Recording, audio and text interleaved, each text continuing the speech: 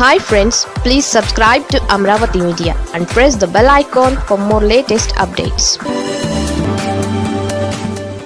జనసేన తెలంగాణ సభ వెనుక Pawan political game. Janasena అనే వ్యూహం ఫలించేటట్లే కనిపిస్తోంది. ఆంధ్రప్రదేశ్లో మరింత బలపడడానికి ఇది ఉపయోగపడేలా ఉంది. తెలంగాణలో జనసేన నవ నిర్మాణ సభను ఈ నెల 2వ తేదీన నిర్వహించాలని నిర్ణయించారు. అయితే పోలీసులు ఈ సభకు అనుమతించలేదు. శాంతి భద్రతల సమస్య దృష్ట్యా ఈ సభకు అనుమతి లేదని పోలీసులు చెప్పారు. గచ్చిబౌలిలోని సంధ్యా కన్వెన్షన్ సెంటర్లో పవన్ కళ్యాణ్ సభను ఏర్పాటు చేశారు. తెలంగాణ నవనిర్మాణ సంకల్ప సభ పేరుతో సభను ఏర్పాటు చేశారు. తెలంగాణను అవమానించే విధంగా మాట్లాడిన పవన్ కళ్యాణ్ హైదరాబాద్లో సభ ఎలా పెడతారని ప్రశ్నించారు. కొన్ని సంఘాలు సభను ముట్టడిస్తామని ప్రకటించాయి. తెలంగాణలో ఎలా ఉన్నప్పటికీ పవన్ కళ్యాణ్కు మాత్రం ఆంధ్రప్రదేశ్లో రాజకీయంగా మేలు జరుగుతుందన్న విశ్లేషణలు వెలువడుతున్నాయి.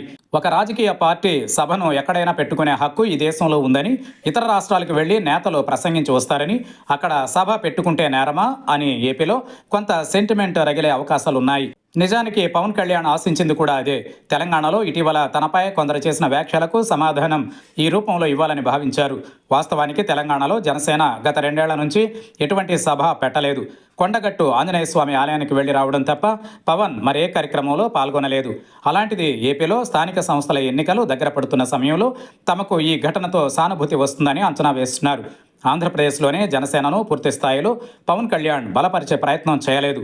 అలాంటిది తెలంగాణలో ఇలాంటి ప్రయత్నం ఎందుకు చేస్తారన్న ప్రశ్న సహజంగానే అందరిలోనూ కలుగుతుంది. అటువంటి అనుమానాలకు ఇలాంటి సమాధానం దొరికినట్లయింది. తెలంగాణలో తన సభను అడ్డుకున్నారన్న సెంటిమెంట్ను ఏపీలో తీసుకువెళ్లే అవకాశం పవన్కు చిక్కినట్లయింది. న్యాయస్థానం అనుమతించిన ఆ సెంటిమెంట్ కోసమే పవన్ కళ్యాణ్ తెలంగాణలో ఈ ప్రయత్నం చేశారంటున్నారు.